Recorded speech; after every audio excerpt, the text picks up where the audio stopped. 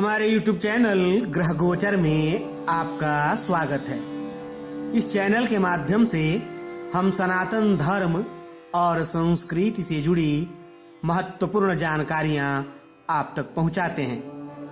तो हमारे चैनल को सब्सक्राइब कीजिए और महत्वपूर्ण जानकारियों का आनंद उठाइए। आज हम बात करेंगे मकर संक्रांति की। हमारी संस्कृति में व्रत और त्योहारों की लंबी परंपरा है। हर महीने किसी न किसी त्योहार की धूम रहती है।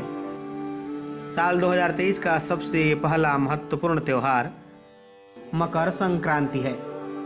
देश के सभी हिस्सों में अलग अलग नामों से मनाया जाने वाला ये त्योहार सनातन धर्म में अपना विशिष्ट स्थान तो रखता ही है, खगोलीय परिवर्तन के हिसाब से भी विशेष है। संक्रांति यानी संक्रमण यानी प्रवेश करना। सूर्य के एक राशि से निकलकर दूसरी राशि में जाने को ही संक्रांति कहा जाता है। इस हिसाब से वर्ष भर में 12 संक्रांतियां होती हैं, लेकिन उनमें मकर संक्रांति विशेष है, क्योंकि मकर संक्रांति के दिन ही भगवान सूर्य उत्तरायण होते हैं। सूर्य के धनु राशि से निकलकर मकर राशि में प्रवेश को ही मकर संक्रांति कहते हैं। तो चलिए सबसे पहले जानते हैं कि इस वर्ष मकर संक्रांति 14 जनवरी को मनाई जाएगी या फिर 15 जनवरी को।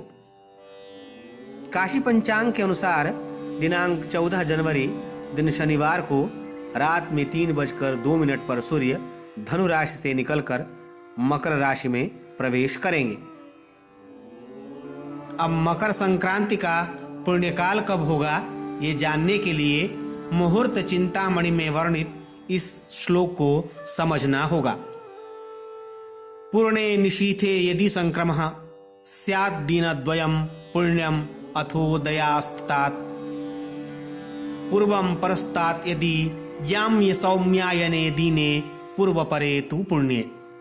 अर्थात यदि अर्धरात्रि में सूर्य की संक्रांति हो तो दोनों दिन पुण्यकाल होता है। अब मकर और कर्क संक्रांति के लिए कहते हैं कि सूर्योदय से पहले यदि कर्क की संक्रांति हो तो पुण्यकाल पहले दिन होता है, और सूर्यास्त के बाद मकर संक्रांति हो तो दूसरे दिन पुण्यकाल होता है।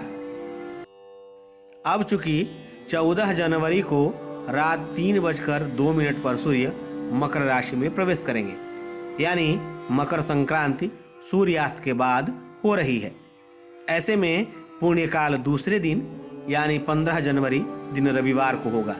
इसलिए मकर संक्रांति का पर्व 15 जनवरी को ही मनाया जाएगा।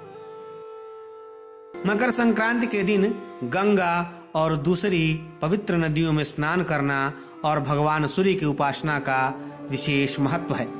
इस दिन जप, तप, दान, स्नान, श्राद्ध, तर्पण आदि धार्मिक कर्मों का विशेष महत्व है।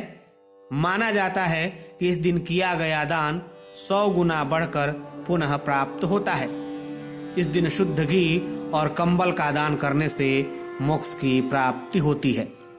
चलिए अब जान लेते हैं कि मकर संक्रांति का महत्व क्या है।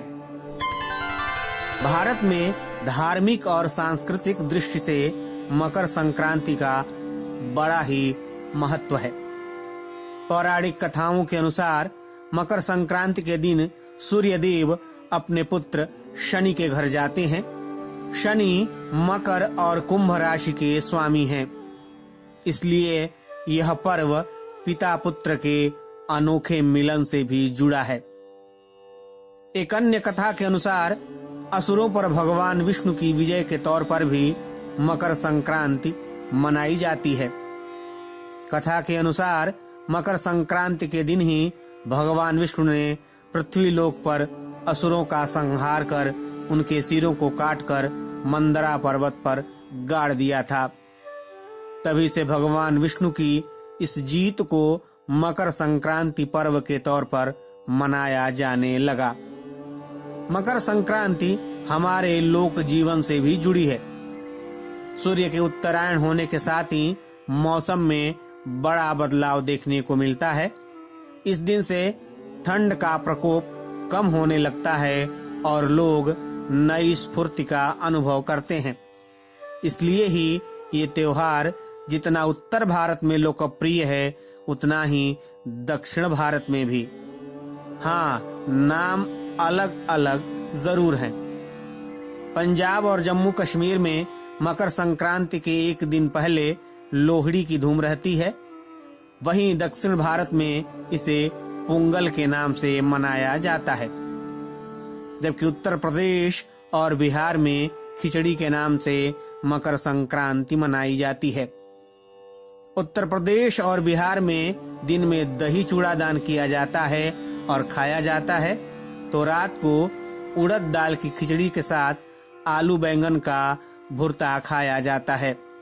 इस मौके पर कई राज्यों में पतंगबाजी की भी धूम रहती है। धर्म और संस्कृति से जुड़ी ऐसी ही रोचक जानकारियों के लिए देखते रहिए हमारा YouTube चैनल ग्रह गोचर।